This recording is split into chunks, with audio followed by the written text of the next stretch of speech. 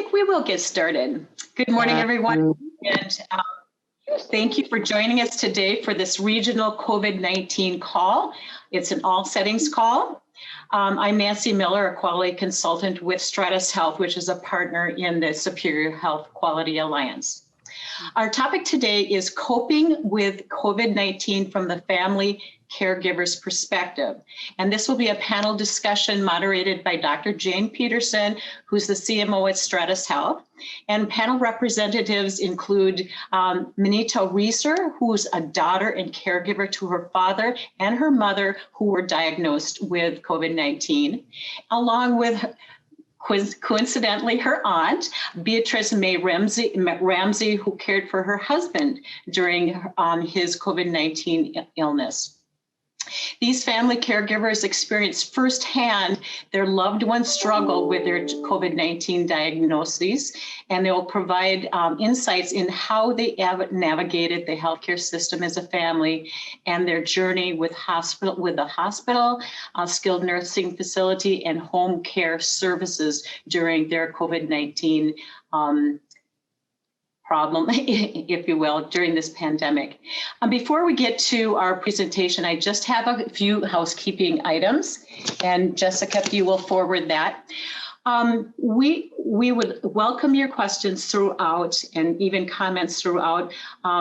So please do put your questions in chat. We will open it up at some point for online questions. And if you do choose to participate directly, please mute yourself except when you're speaking.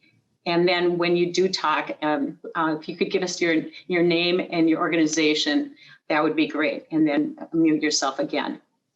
If you are discussing anything that's confidential, we ask that you not disclose personal health information, of course.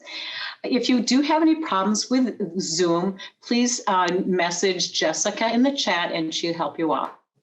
And again, we encourage questions, comments throughout, and just chat them to everybody so we're all aware of what your concerns are. Finally, this call is being recorded so that if you and your colleagues, for colleagues maybe who couldn't be on today, or if you want to review it, you can do that in the future. This is a quick overview of Superior Health Quality Alliance. We'll just move on to the next slide. I won't spend a lot of time on this. What I wanted to do, though, is to remind you that enrollment is closing to join the Superior Health Quality Alliance. So to take full advantage of this program, you will need to enroll today. We've scheduled 2 dates for the kickoff webinars, which will be next Tuesday and Thursday, and we'll provide those exact times, dates at that point. You will need to enroll to be able to attend those meetings.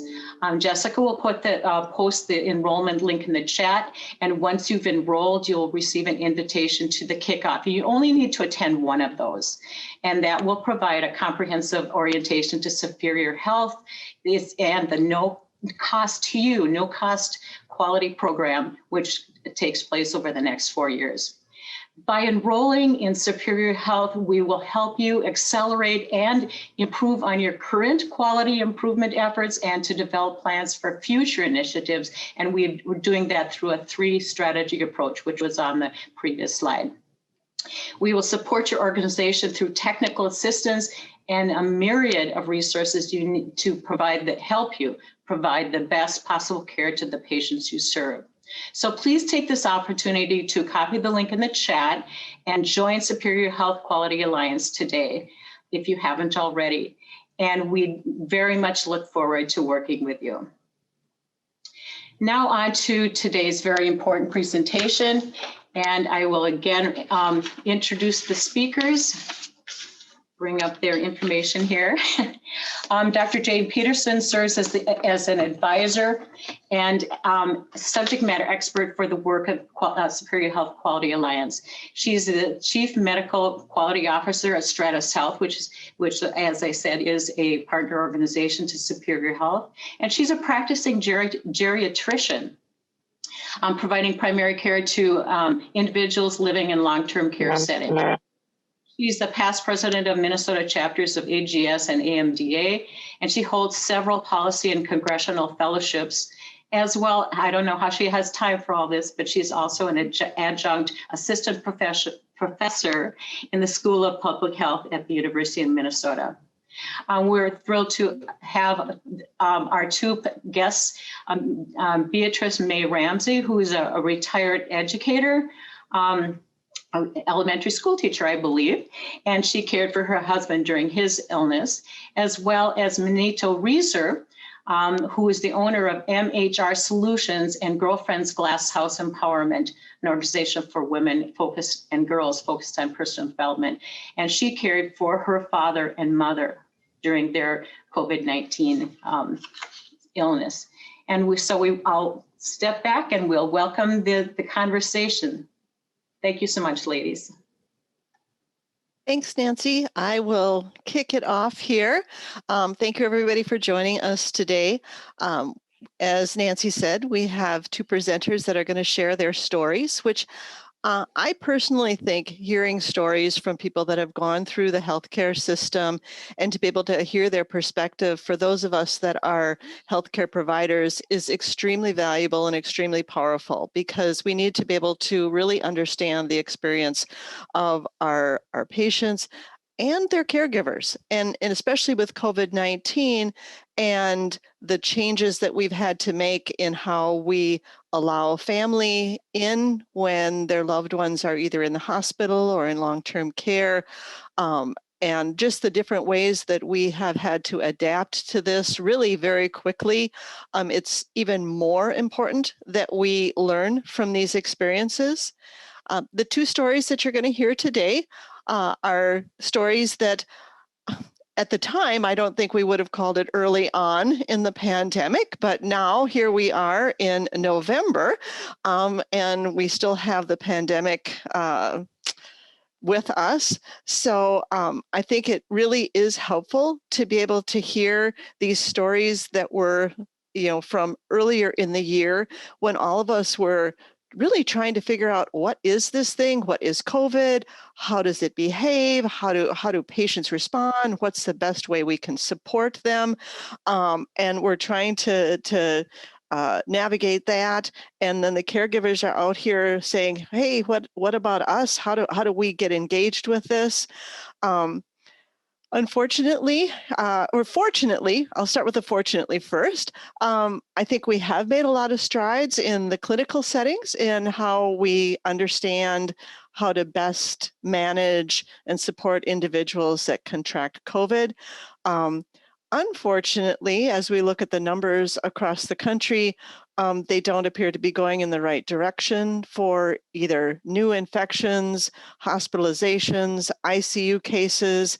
And so it is just even more important that we hear from the caregivers how we can best meet their needs, as we're going to continue to have people in this same setting for, I'm not sure how much longer. I keep keeping my fingers crossed, but it doesn't seem to be working real well for me. As each day I look at the newspaper and the numbers seem to have gone in the other direction. So with that, I'm going to turn it over to our two storytellers. I'm going to ask Beatrice to go first and just tell the story of what happened. And so just we've got time here, so please, kind of go through kind of chronologically what were some of the issues, what were some of your experiences along the way, and then I'm going to ask Manito to do the same thing. And then we have a series of some questions that I'd like each of them to respond to, and I'll try to kind of pull out some things that I think were some good key learnings. But all along the time, I welcome anyone who's in the listening to the presentation to put your questions or comments in chat, because this is really meant, even though this virtual thing it's a little hard to always have a conversation. We really want it to be conversational. We want all of you to walk away with something that you feel that you could improve on after this call to better meet the needs of the caregivers for your patients. So I'll take a breath, and I'll give you the floor. Okay. Can you hear me pretty well? Yep, you're coming through loud and clear. Okay, great. Okay. My husband has always been a vibrant person. 2 weeks before he was admitted to the hospital, he had problems breathing. He was coughing, high fever, and he had become delirious. Tried to get him to go into the hospital, but no. Eventually, we persuaded him to do. Maybe before that, he has conditions such as diabetes type 2. He has hypertension, chronic arthritis, gout, etc. So we got him admitted into the hospital March 20th. And into the ER, the ER doctor diagnosed him with COVID-19 the next day, the 21st of March. He had a lung infection. He was placed on a ventilator, feeding tube, catheter, and he was sent to ICU from March 21st through April 16th. Now, what was really frustrating for me, I could not see him. I could not speak with him. I didn't know what was going on until the doctors finally called and stated that, and basically they reassured me that everything possibly was being done. The doctors, the nurses advocates, the social workers, the physician assistants, the urologist team, they all would call me on a daily basis to let me know exactly what was going on. He was sent to a regular room once that was done. And from there, he went to physical therapy, which was at a facility that was April 23rd for rehab. There wasn't a lot of transparency there. A lot of misinformation was being given. Issues such as not being fed, given oxygen that he did not need, no bathing. We just continue to go there. No therapy, etc. But on April 28th, I removed him from that facility to a nearby hospital against medical advice. But there is where he thrived. But he was diagnosed with a bladder infection, which cleared up with antibiotics. He had physical therapy. He just had excellent care there. Came home May 2nd, and I was given a list of the healthcare team and what duties they'd be performing from that particular hospital. I had to take care of him by getting him in and out of bed, giving him his baths, to and from the bathroom. I had to get him dressed, put on those compression socks, preparing his medications, cooking, yard work, the whole 9 yards. It was difficult for me, but as of today, I have to say he's doing very well with all the therapy that he's gotten. He's walking much better, but his thought process never left him. He was still strong-minded. So I think those were a few issues that he had, but he overcame them.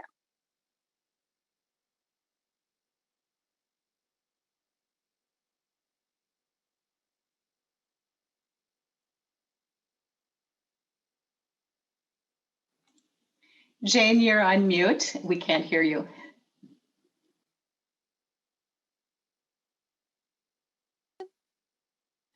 You would think after all these Zoom meetings, I would get that figured out. Anyway, thank you, Beatrice. That was very good, very good summary, and gave us a good picture of kind of the trajectory and the differences between the different settings and how both for you, for your perspective, and how your husband responded to them. So next, I'm actually going to ask Manito to do her story, and then we'll circle back and go through a few questions that each of you can kind of respond to see maybe where you are similar or different in some of your responses to that. So Manito, take it away. Yeah, thank you, everyone. My dad had a history of type 2 diabetes, COPD, prostate cancer. It was like this long list, and we used to lovingly joke and say he would take a licking and keep a ticking. And I want to contribute this to his strong faith, his love for his family and bourbon. But my dad was a go-getter. And it became a shock because we had been traveling, and in December of last year, he had a mini stroke, came back strong, really no other issues, physical issues outside of just taking additional medication. And then he got another one earlier in February. And this time they decided to keep him in the hospital. They kept looking at him and saying, wow, we just can't believe you had a mini stroke, because he was still, for the most part, really physically active. And my mom and the family kept going back and forth to the hospital. And then we were made aware of COVID hitting, so they wanted to shut down or constrain the number of visits to the hospital. They decided to also release him probably the third week of March, because they said he can continue his health care at home. We decided to do physical therapy at the house. He was on a road to recovery, great spirits, and he had one physical therapy visit. My mom became extremely exhausted end of March, and we all, of course, contributed that to the fact that she was constantly going back and forth to the hospital. I came to my mom to support her and my dad, and I said I'll just help and assist. But she just could not shake being exhausted. And however, my dad continued to have extra energy, also assisting, helping around as much as he can. Something wasn't right. She just looked really pale. So I have a girlfriend who worked in the medical field, and she said, please take her to ER. And I was conflicted because all the news reporters kept explaining that if you're not coughing or have a fever, do not overload the health facilities. And I didn't want to do that. But I took her anyway, and I'm happy that I did, because by that time, they took her fever. She had a low-grade fever and no cough, no other symptoms. They said, please start the medication in 3 days, and of course, come back if it get worse. Literally, by the time I got her back home, 3 a.m. in the morning, she was vomiting, couldn't barely get out off the couch. So I took her back to the ER, and they did a chest x-ray, and they said that one of her lungs was full from COVID pneumonia. I came home in shock because the whole visual of looking at those plastic bags, and I couldn't be with my mom, and afraid about my dad because they've been sleeping in the same bed. So I told my dad when I got home, I said, I have to keep you separated. And he said, I don't want to be apart from my wife. And I said, I know. I said, but Dad, we always joke. I said, I know you always take a licking, but this time you can't take another hit because we don't know the impact. So he, for the most part, stayed in a separate room. They did not keep my mom because they said that the beds were overfilled. They wanted to get to the extreme. And that was just mind-boggling. I was like, well, she is the extreme because she's 71 at the time. So she come home and she can't walk. I'm literally just trying to get her in the door.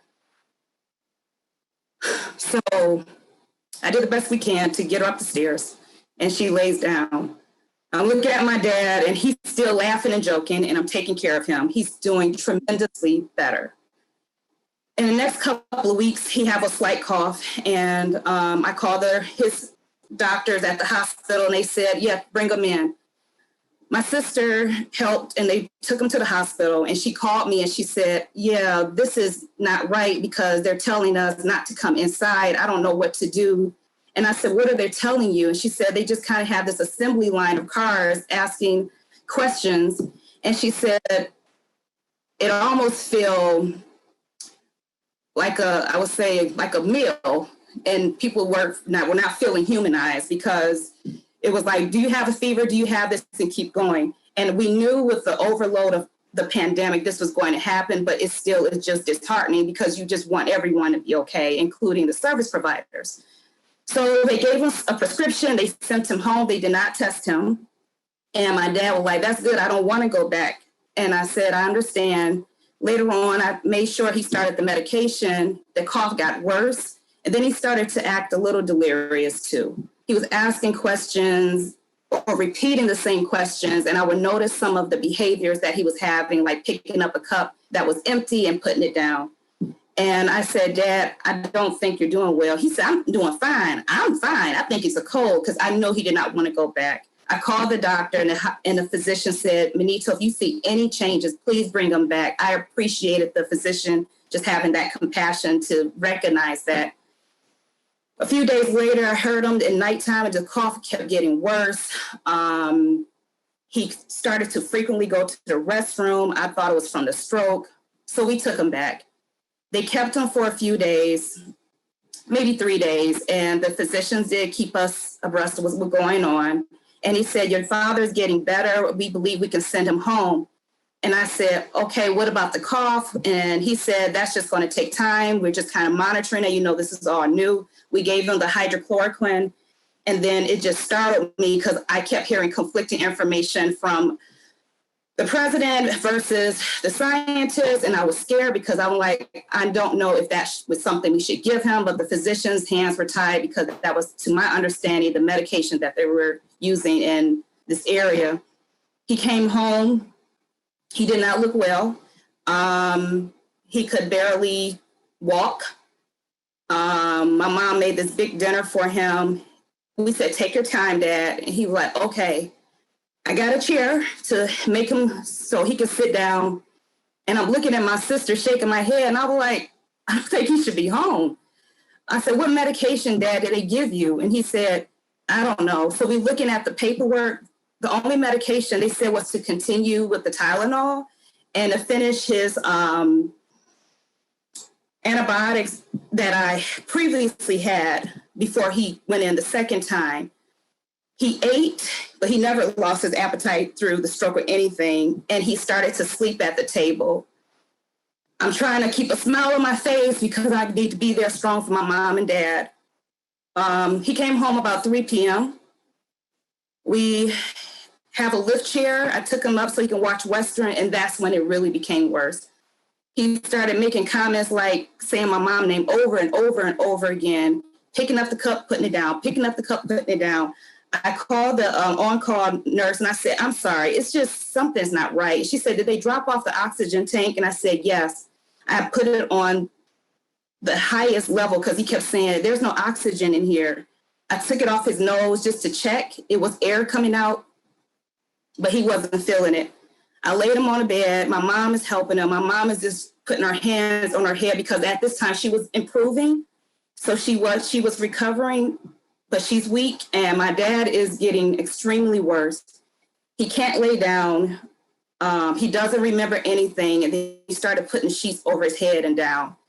My mom was like, I don't know what to do. I called the ER and I said, hey, I really need them to pick him up. They said, we can't take him to the previous hospital. We have to take him to a different one. I said, I don't care. We just need help. When they came and got him, they said, why did they? He was like, this oxygen was not enough for him. And I'm looking at them. I said, well, that's what they gave us. And they said, yeah, okay. And they were like, they sent him home today. And I said, yes, at 3 p.m. because the ER got there about 8 p.m.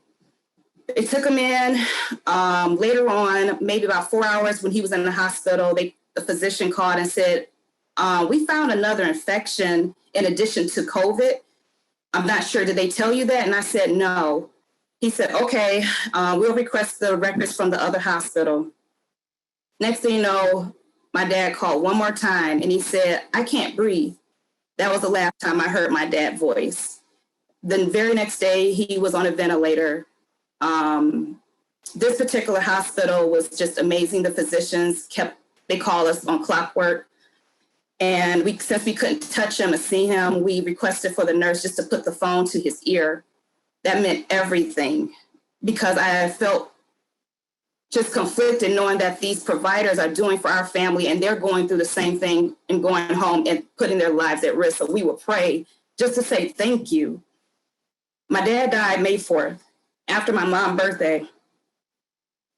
And so we went through that journey. I love the last hospital because they were just so empathetic. And I keep emphasizing that because it's going to make sense when after we buried my dad and celebrated his life.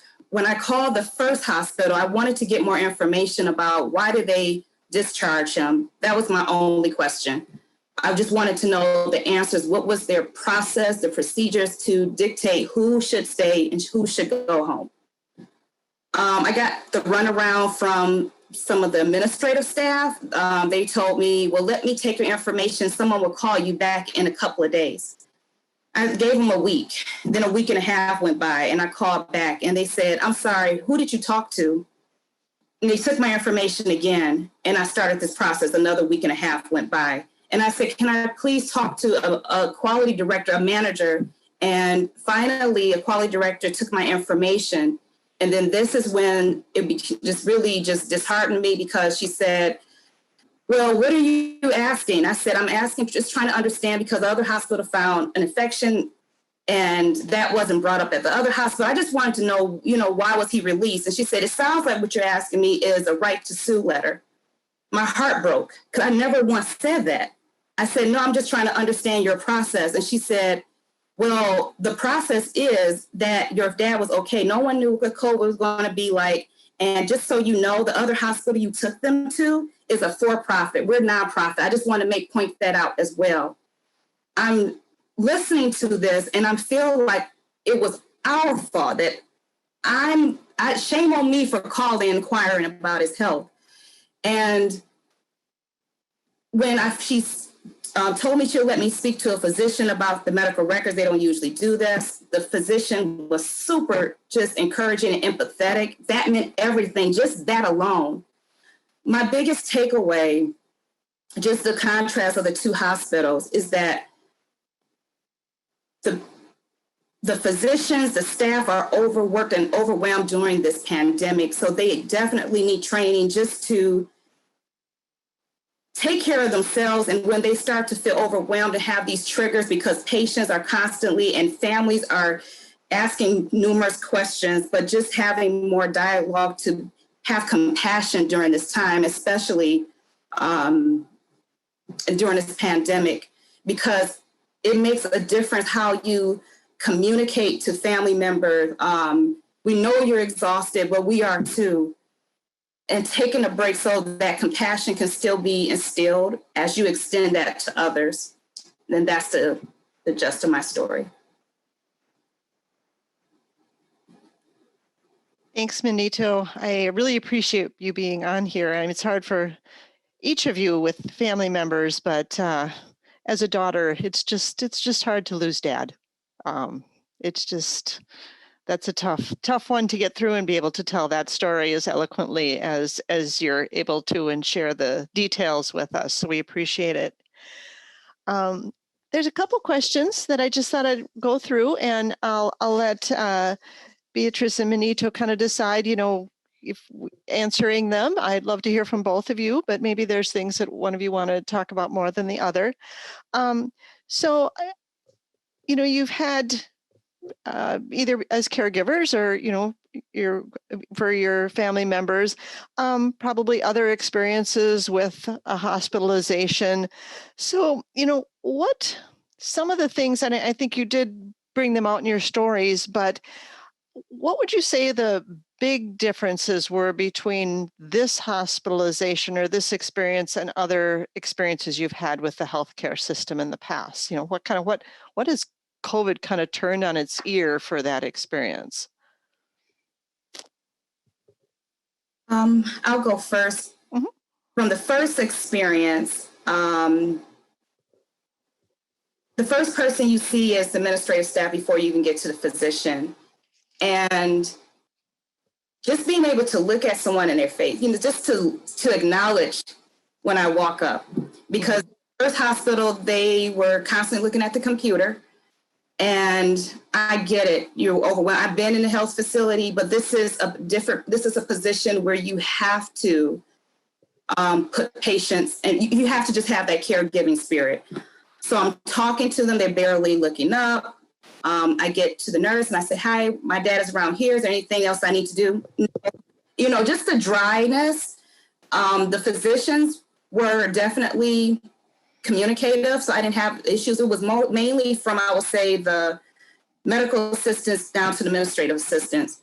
With the lack of transparency, the communication, just the willingness to say, okay, can you put the phone to my dad? They were like, oh, we're short staffed. I'll see if I can get to it. Where the other hospital, they said, absolutely, I'm going to put the phone to your dad's ear and I'll give you a minute. Or, hey, do you want me to say something about your dad? Or what's today? Oh, I'll tell him that you love him. You know, that just simple stuff like that. We would get off the phone and talk about that for hours. Like that was our little breakthrough. So I would just say just showing or humanizing other people's experience means everything.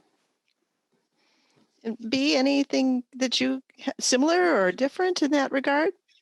Well, kind of similar, but I never got a chance to see my husband after the EMTs took him away to the first hospital. But once he was there, the ER doctors did call to let me know what was going on and what he would need. Mm-hmm. Every step of the way, they would contact me to let me know what was happening. Even when he got to ICU, they would always call and let me know what's going on. And I think at the very last portion of him being in that first hospital, one of the nurses, super young lady, who called me and she said, is there anything that I can do for you? And I expressed to her, if you could take a message to him, that would be very, very important, because at this particular point, I'm not being able to see him. I'm frustrated as to how he's actually doing. I wanted to hear from him, but I gave her a message to tell her to put the phone to his ear and let him know I love him, I miss him, and I will be extremely grateful when he gets home. Yeah, I'll be anxious to hear from some of the folks on the call if they found some creative ways to do that communication, either via, the phone, or if there's other modalities that they've now been able to kind of build into their workflow to at least see a face and see what's going on, or be able to speak. So, or if people maybe want to put things in chat too, that would be wonderful. So I think one of the questions too was, as a caregiver, what were some of the unique challenges? And I think you did a good job of pointing out some, and maybe I'm just going to say, here's what I really heard in kind of a shortened version, is that you weren't always knowing exactly what to expect. And as a caregiver, I think about, in pre-pandemic, or you come in with maybe a simple problem into the ED, you sprained your ankle, they say, here's the next things you should do. If you see this, give us a call. Here's the exercises you do. Here's the follow-up you have.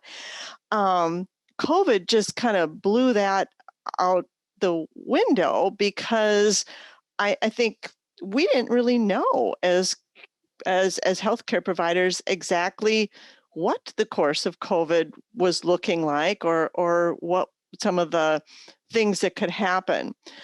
I think, now this is why this is a really good opportunity to step back and say, and especially as I was hearing Manito, you speaking about when your dad came back, from the hospital, and he's delirious, and and you're thinking to yourself, how in the world did they think he was ready to go home? And what am I supposed to be doing something different?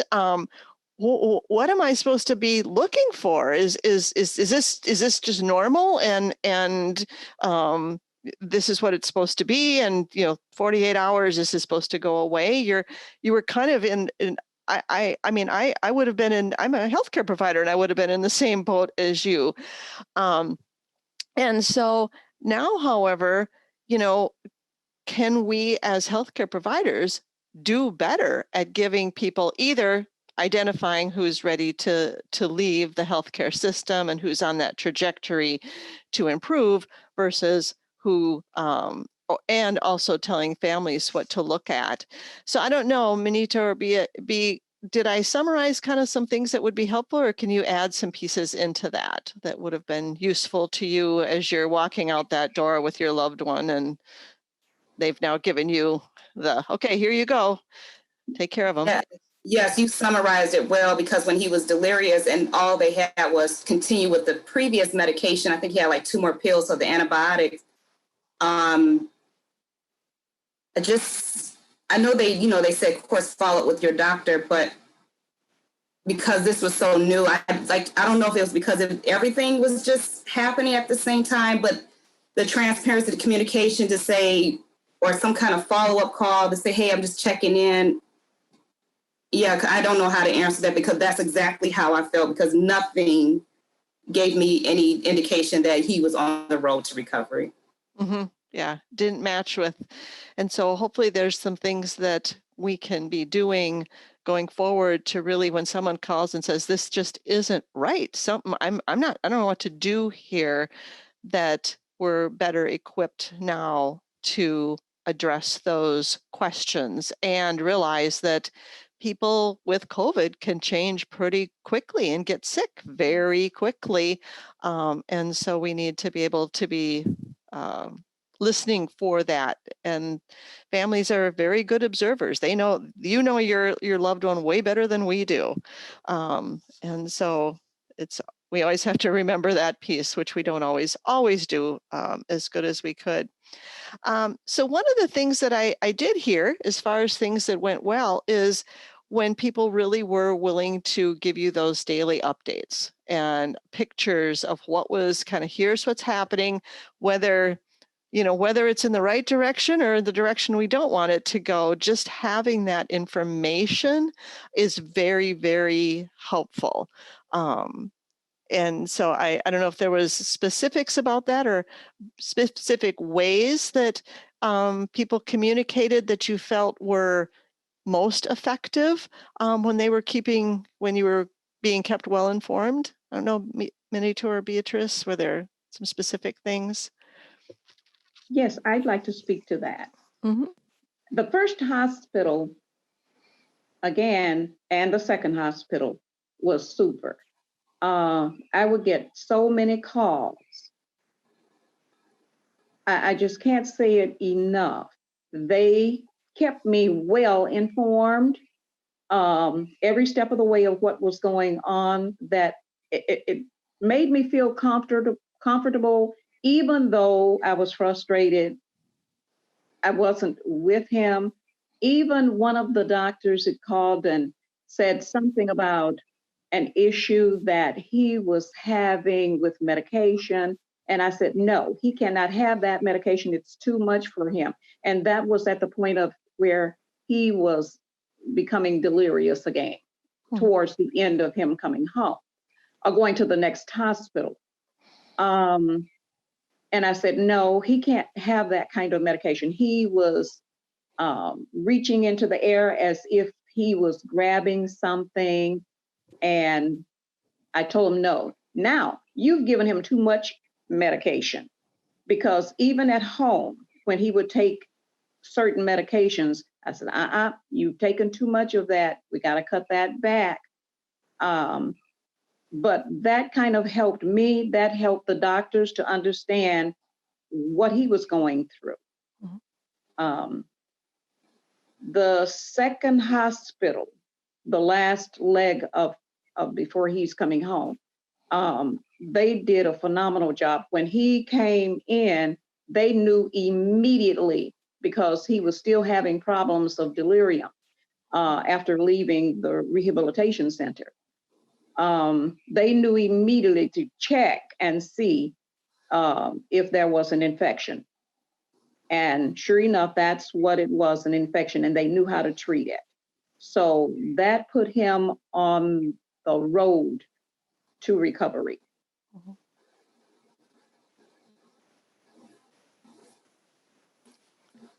I would say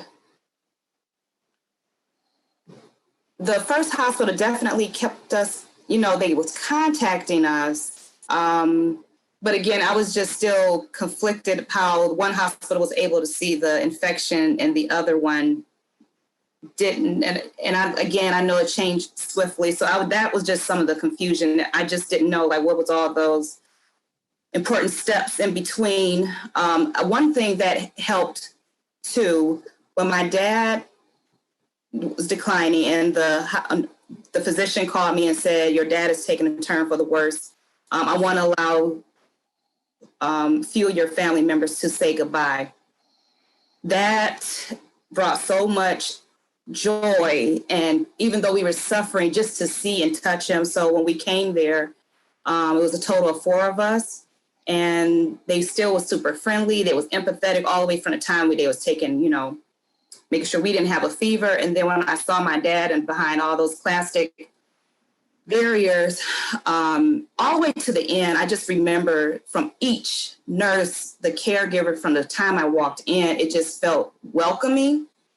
Even though the hospital was cold and separated, it still felt like they humanized us. So we walk in, I see my dad. I'm happy my mom saw him, because then I think in her head, she thought he was still going to look how he looked before he went in. And they just kept saying, you have any questions? They empathized, and they even gave us a moment to pray in a different room. Where the other hospital, it felt like stay in your car, stay away from us. I felt like it was a plague. I just felt like a movie, like it's something wrong with me, so that was just a contrast that makes such a difference. Yeah, both of you bring out a really, really good point. And I think COVID, if we look, I keep saying we got to find some silver linings in this pandemic and things that we can learn from. But Bea and Manito, I think one of the things I heard and what you were both saying is really bring the family in as a member of the care team. Bea, you were able to just be very specific, very informative to that clinician about, this is how my husband reacts to these medications. This is his history. This isn't going to be written in the medical record, all these details, or if they are, they're lost someplace and no one's going to be able to find it anyway. And so you were really able to give that person some really good information.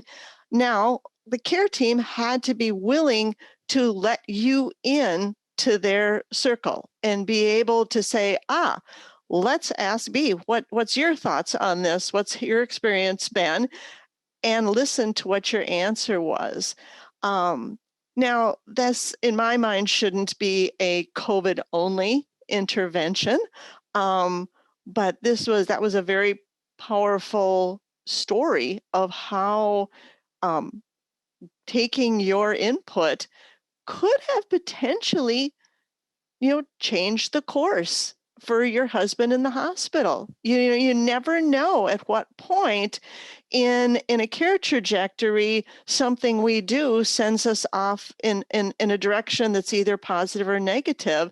And by being open to what you're saying, what you told them about medications could have been part of what really allowed him to have a successful outcome with COVID.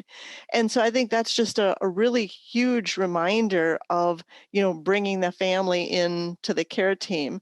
Manito, unfortunately, you guys, ended up being brought in, kind of at the end of life piece, but still it's that, okay, kind of welcome into our team here. We're all taking care of, your dad. all of us need to be present right now for him. And it's not an us or them issue. And I think it's just a very good lesson as we go forward with COVID, and hopefully something that we can start building into our workflow and just our philosophy of care going forward. That, you know, generally, I'm a geriatrician, so maybe I'm a different perspective, but most of my patients are 80s and 90s, and you know something, I always say, you didn't get to be this age without knowing something about how to take care of yourself. So why don't you tell me, you know, what's the best thing for you? We have to get comfortable with that in healthcare, of listening to our families, because they've cared for their loved ones for a lot more years and time than we have. So anyway, I'll get off my soapbox again here and move on to my next question. So are there any other kind of challenges or things that you bumped up against, or as you've now looked back on this, you know, on the stories over the months, to be able to say, you know, what if this would have happened? What could have been different? Or what, you know, either for my loved one or for me or for our family? Kind of have you had any kind of what ifs that would have helped if we could have changed that or do that differently? Or gosh, I hope they do this. I know, Manito, you mentioned some on empathy. Other things kind of that have come up in your family conversations or in your head? Yeah, I was thinking when the other hospital said that they found the infection, I guess, again, just more transparency of what are these steps that's taken place to say, this is what we've noticed, this is what possibly you may experience, and this is here's the reason why we believe it. I guess just more communication. Mm-hmm. And somebody else brought up a great point about, because when we would hear from the physicians who are awesome, it was just still this heaviness, because I felt like they made us feel number one, but they're dealing with so many patients and families, and just making sure that they have a space to address burnout, because I have tons of friends who are in the hospital who have come home to take care of loved ones, and they're being pulled. And I'm like, if they're burnt out, if they're exhausted, there is no way they can give the best quality care to any patient. So that was my other fear. Please help them too, because I'm so afraid that if they get sick, if they said this is too much for me, mm-hmm. then that's another high risk for my loved ones, because they're not taken care of either. So that was just always on our head, like, oh my God, please God, cover them to help them take care of our family. That was kind of my questions there. I think, you know, as I reflect on these stories and I think, oh, how do we move forward? What are the things we can do moving forward with COVID? What can we learn from COVID? The transparency piece, I think, is a really big issue. And it's not just here's what it is, but here's why we think that's what's going on. This is what's leading us to that. Because in healthcare, sometimes we're not always confident in our answer. This is the best answer we have right now. And even saying that can be very helpful to families, to say, you know, this is my best idea right now because of A, B, C, D. And in hearing both of you, that would have been, you'd be very open to hearing that. You wouldn't have thought, oh, the healthcare providers they don't know what they're doing, or you know, they don't have the answer. You'd say, hey, they're being honest with me. They're being transparent. I understand. I know what they're using to make decisions. I can maybe even contribute with more information that would be helpful to help them either be more confident or think of another option, because there might be something they don't know about my loved one that could help add to the story. So I think that's one of the pieces. I think, Manito, you've said it you said it really well with the just the empathy piece, and kind of we're all exhausted. We're exhausted. Even I think COVID weighs on all of us. Even sitting here on this virtual call, it weighs on those that are in the, currently at work in the healthcare setting. It weighs on the patients that are in the healthcare setting, and it really weighs on the families who now aren't able to interact with the healthcare setting in the way that they used to. And so just being really aware of that level of exhaustion and treating each other gently along the way. I'm going to open up, see if anyone else has, if there's things that have been coming up in the chat, because I know my colleagues have been monitoring that. So I'll ask you guys to chime in with anything that you've been seeing or hearing in the chat, either questions or some of the good comments that have popped up. Sure. I'm seeing messages to both of you. Please accept my deepest gratitude for your willingness to share your story. I applaud both of you, both for your empathy you have for the healthcare staff. I'm so sorry you had to go through this nightmare. Your skills, your compassion, your strength to help your loved ones are amazing. I'm so sorry for the loss of life and health. Thank you both for your courage to share your journey. These powerful stories are so critical to providing guidance to all of us in how we can do better. We must do better to improve quality, safety, and experience of care during the most vulnerable times in people's lives. And then she mentioned, included a link on empathy. Then somebody else mentioned, as it relates to patient-family communication, I believe it's critical to also address staff burnout and resilience.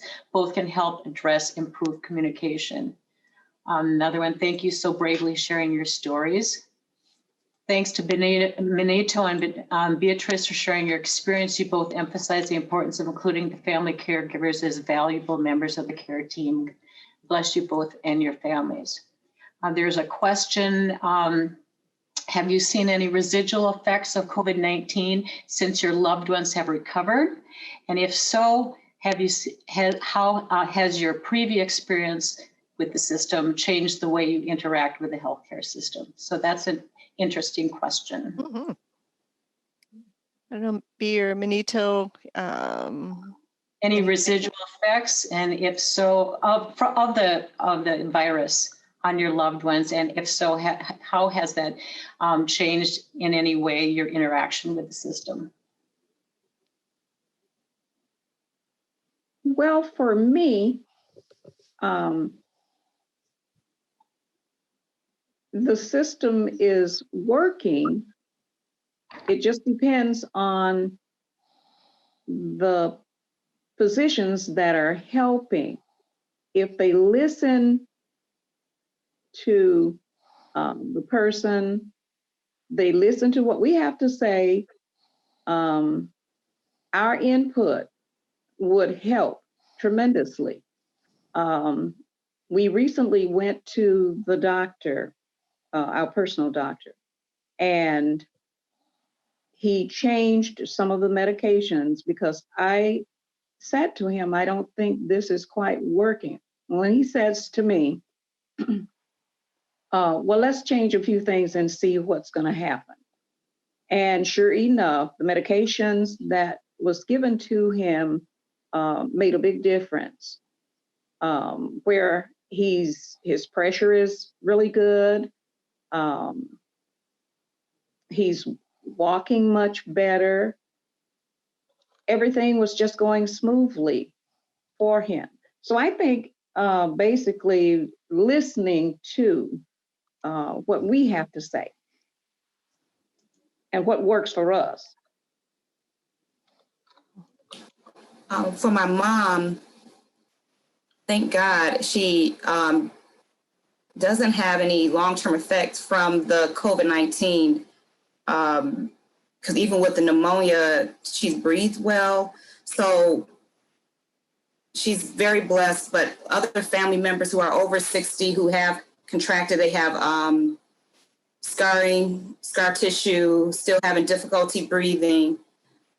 But her experience still with the the healthcare system is still phenomenal. She attends the health facility that my dad passed away in, and they just been on top of it.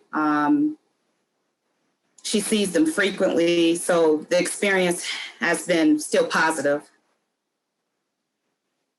Yeah, I think that's another whole piece where now it's trying to help everybody. Just because you recover doesn't necessarily mean that you've gone back to everything. Luckily, Manita, your mom sounds like she bounced back well, fortunately, but there's just a lot of folks, like you say, you're either, B's husband's, it's taken a while to get his spunk back, and, other folks that, it's just, where things are going to go or how long it's going to take, we're not sure. And how do we best support them, and what's the best way to manage that and keep everybody informed?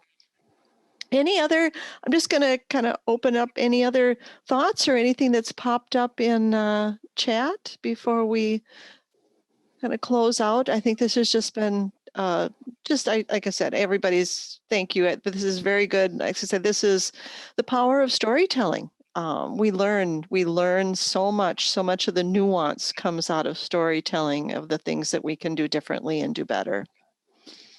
There is one comment to me privately, but I think it was meant to be public. Our facility does post-hospital follow-up in 24 to 48 hours. We have care coordinators follow COVID positive patients for 30 days or more if needed. We give phone numbers to contact any time of the day for questions or concerns. Good. Yeah, I'm glad to hear programs like that starting up and going forward. Dr. Peterson, if I may, this is Eva from Superior Health. I think beyond just improving patient and family communication, I think this is just a great example of using, like you said, storytelling. How do we share those stories with our staff during staff training? Because, we all know the impact both of you have made just for us on this call alone. How does this get to every staff member from frontline to facilities so they can hear the impact that communication and engaging patients, residents at the front end is so critical? Because I think, again, those are the type of stories that no communication training can improve, right? This is the lasting impact that leaves on, caregivers. So I just wanted to share that, it's beyond patient and family advisory councils. It could literally be an invitation for Manita to join a staff training and share her experience so they can hear directly from her. And I think too, what I heard is it's not these big grandiose programs. What I heard from Manito and B, sometimes it's the little simple things. It's a simple way of saying, sure, I'll put the phone up to the ear, or is there some special message you want me to say? That's just it's those little, sometimes it's those little details that make a big difference in the experience for the family or the family's feeling of being connected to what's happening.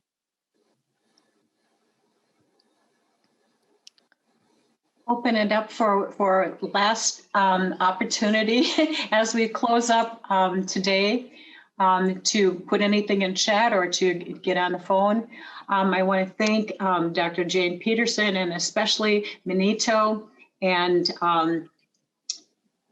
Beatrice, sorry, for sharing your stories today and facilitating the sharing of those stories. I think that everybody on the call today has something to take away from what you have to say. It took a lot of courage to speak in front of a large audience, not just today, but it's going to be online. So we can't thank you enough for taking the time today to share your story so that others can learn from it. And we wish all the best for you and your loved ones going forward. We mourn the loss of your father. And hopefully we as a healthcare system can learn from this experience and do better. Thank you so much. I just want to extend my gratitude to the caregivers and the providers and the service providers, because you put your life on line for us, and we know that, and just know that my family constantly prayed, especially at the second wave. My heart goes out to you. So just thank you. Thank you for everything. And one final comment, thank you everyone so much. Thanks to Manito and Beatrice for sharing such valuable experience. I can't agree more that active listening to the family caregiver opinion and suggestions can change the course of medical decisions. So with that, we'll wrap up. Thank you again so much. And thanks for all of you on the call for taking the time to listen to the stories and learn from it. And I hope that we all have some good takeaways. Thank you very much, and we'll stay in touch. Thank you.